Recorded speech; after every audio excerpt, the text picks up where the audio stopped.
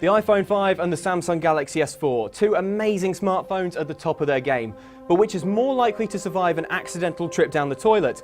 That's what we want to find out. We've got two brand new phones here, fresh out the box. We're going to submerge them both in water simultaneously and see which one dies first. Once both screens have gone out, we're going to pull the phones out of the water.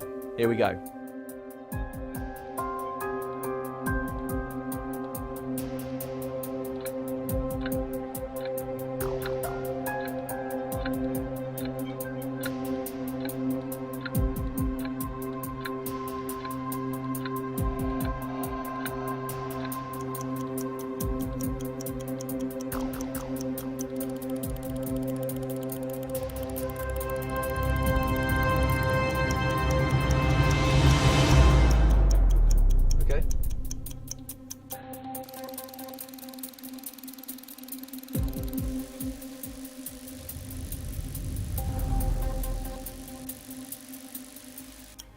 So the iPhone 5 has gone out, but amazingly, the S4 is still going. There's a bit of flickering, but it seems to be repairing itself, and the screen hasn't gone out yet. It's been a long time.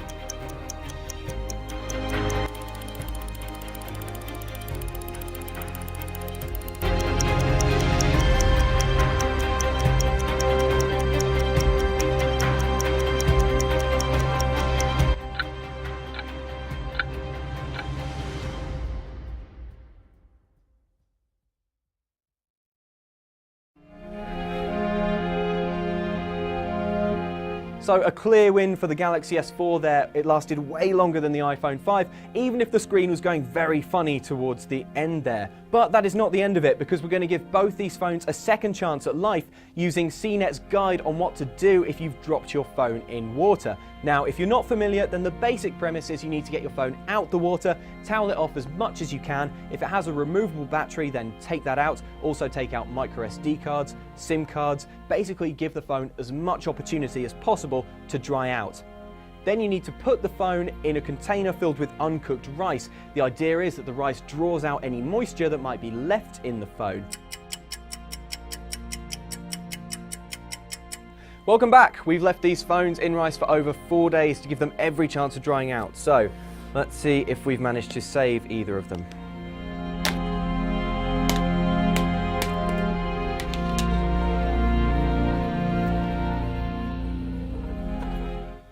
Rice in the headphone socket. Get that out.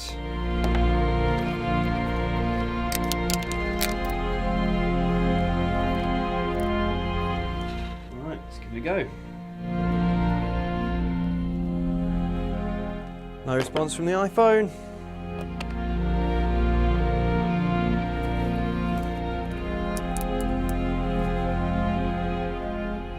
Oh, hello. The Galaxy S4 is alive. It didn't need its charger. It's coming back to life, I think. Is it going to work? It looks okay. So the S4 amazingly seems to be working. The screen seems responsive everywhere. If I fire up the camera, even that seems to be working as well.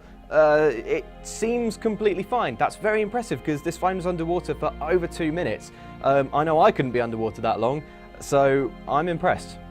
The iPhone, meanwhile, is not switching on, but we're going to plug it in just to see if that brings it back to life. We have life on the screen. We have the Apple logo. And it's recovered. That is amazing. I fire up the camera.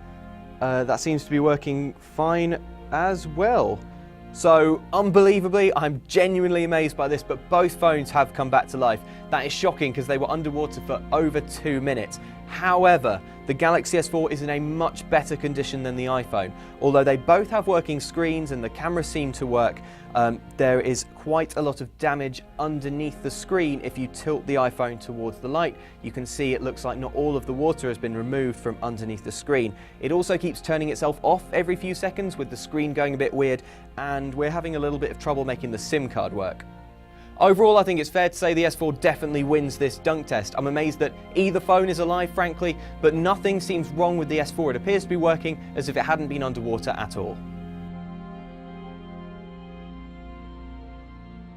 You can keep your phone away from the water as much as you like, but you probably can't keep it out of your pocket. And what else is in your pocket? Keys, change, and if you live near a beach, possibly even sand. So we've got keys, coins, and sandpaper. We're going to give the iPhone 5 and Galaxy S4 each 30 seconds of punishment using all of these tools and see which looks best at the end.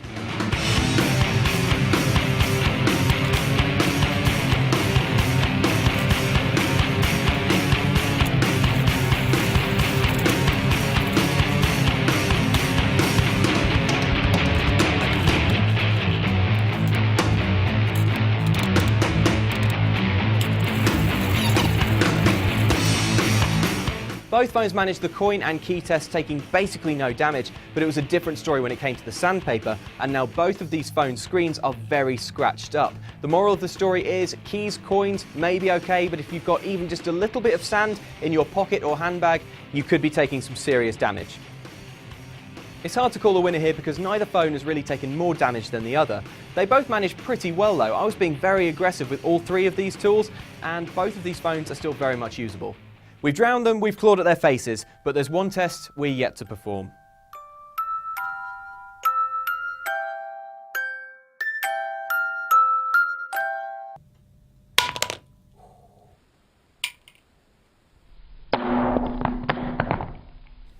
That is pretty bad. The screen's completely smashed underneath the glass. All of the colours have gone all horribly wrong. If I poke it a bit, I can see that the display is doing all kinds of weird things. There's no coming back from that.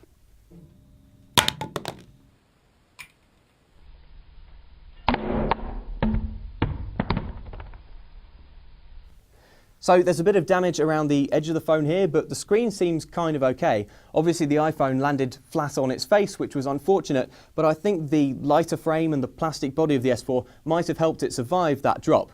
Just to be sure, let's drop it a few more times.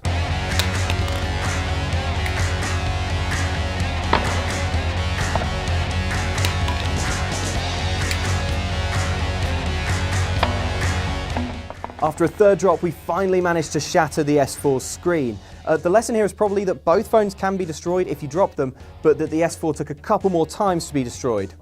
I've removed most of the bits of screen from my hands and we're almost at the end of our durability test. I have to say the Galaxy S4 has fared better because it seemed more robust in the drop test and amazingly came back to life after being underwater for a very long time. Which of these phones is your favourite though? Let me know and I'll leave you with this one final test.